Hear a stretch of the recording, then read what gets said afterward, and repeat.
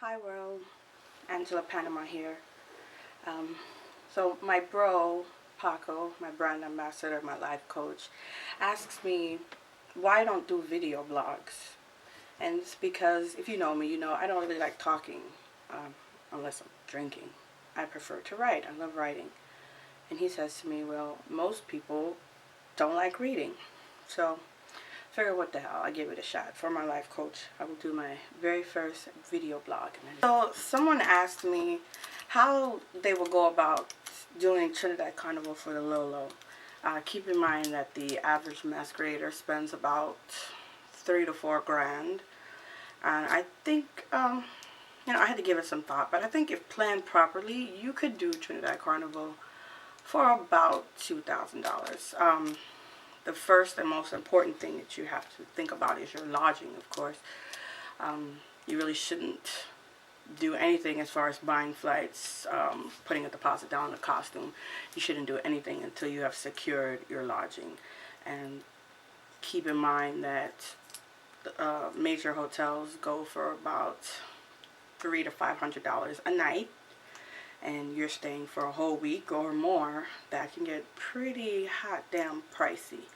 So my advice to those that want to go to Trinidad for the Lolo is to secure maybe a bed and breakfast or an inn near the avenue. You're going to have to go to my blog to learn more about the avenue if you don't know it. But if you're researching Trinidad Carnival, then I'm sure you are aware of what the avenue is. Most of these places you're not going to find on a regular hotel booking website. You're actually going to have to do some legwork. Google map, see them on the map, search their phone number, call them. But what you're going to need to do is you're going to need to book them probably about a good year in advance. So as soon as this carnival is over, you need to be booking for next year's carnival, because as people check out, they go ahead and reserve for the next year. So when booking, you need to have your money ready right then and there to pay 100% of your hotel. So that's the most important thing. And you can probably get a hotel on the avenue or near the avenue for about under $200 a night. So if you've got 2, 3, 4 people in the room, which I'm sure you're going to be rolling with your crew, then $200 a night divided by 4 people is not that bad. So lodging is going to be pretty reasonable. For the fancy pants people that want to stay in a major hotel or maybe an American chain hotel, you've got the Hyatt, the Hilton, the Carlton Savannah, which I despise. I stayed there a couple years ago. Let's see what else. You got the Radisson, you got the Courtyard Marriott, and there's a couple of other big hotels. But for those chain hotels, another alternative for low budget lodging is something you probably heard of called travel hacking. I'm kind of a mediocre travel hacker.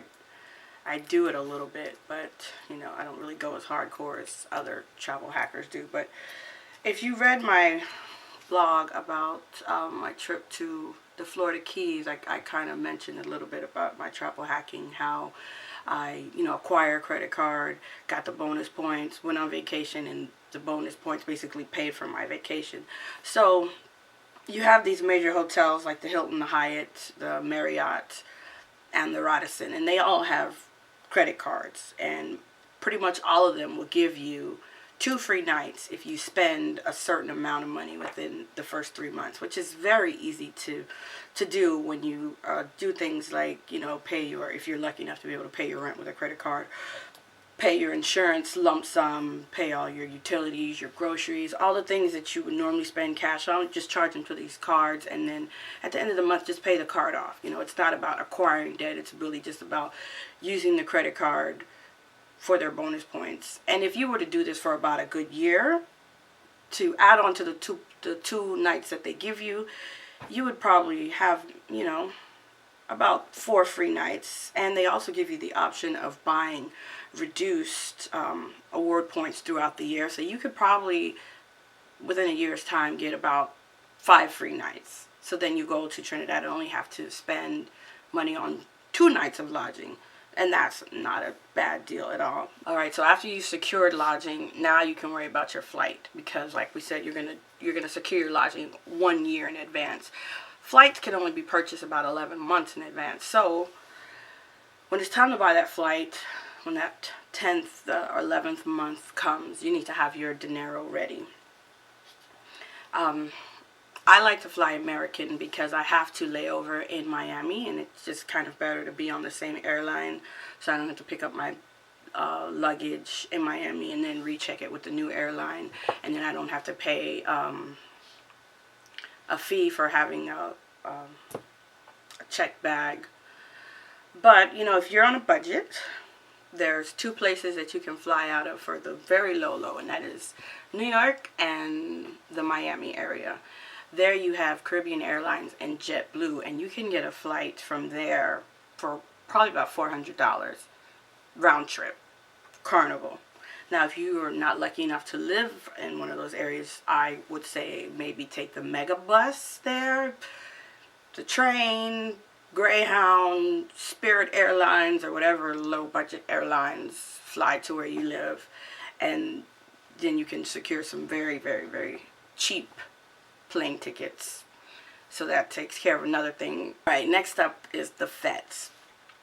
Most of the fets that we go to, well, pretty much all the fets that we go to are all inclusive, and that means that you don't have to worry about buying drinks, you don't have to worry about buying food, but in turn, those fets are also, you know, a good, I think the cheapest one is probably $125, and then they range all the way up to $200-300. So if you're on a budget, you're going to want to stay away from those all-inclusive fets.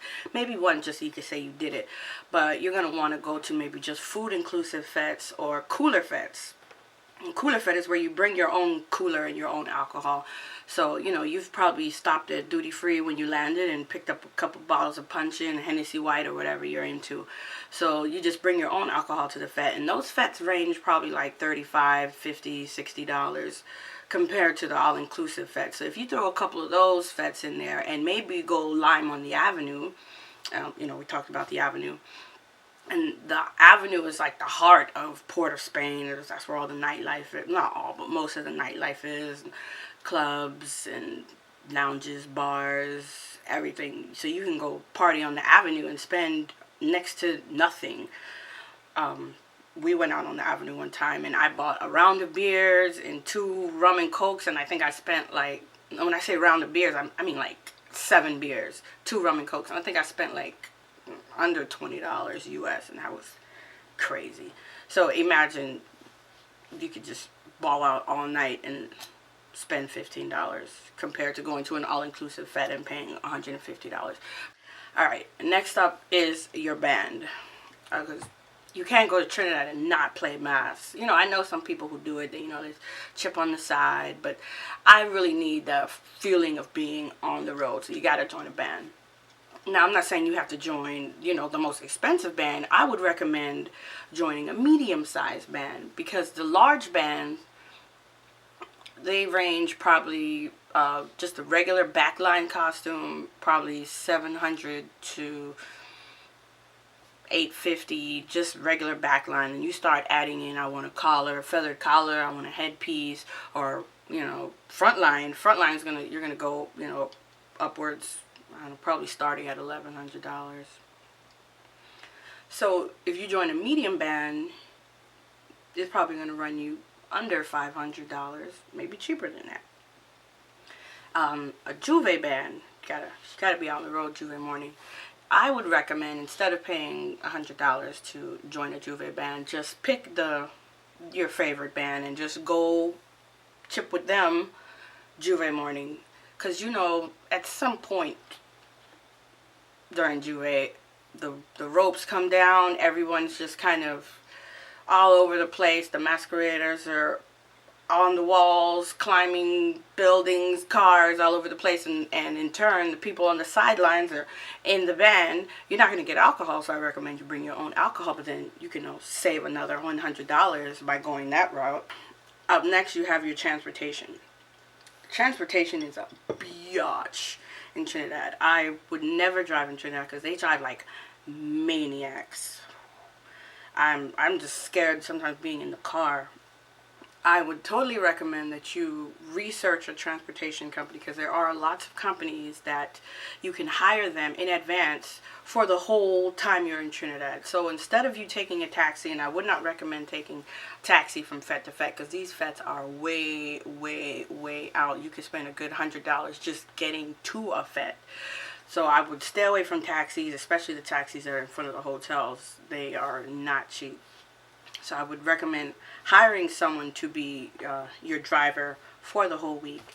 And if you were to do all those things, you can definitely do Trinidad Carnival for under $2,000. With that, I bid you a farewell. I'm completing my first video blog. I hope you liked it. I feel like we should end with some tunes. And I guess I'll see those of you that are going.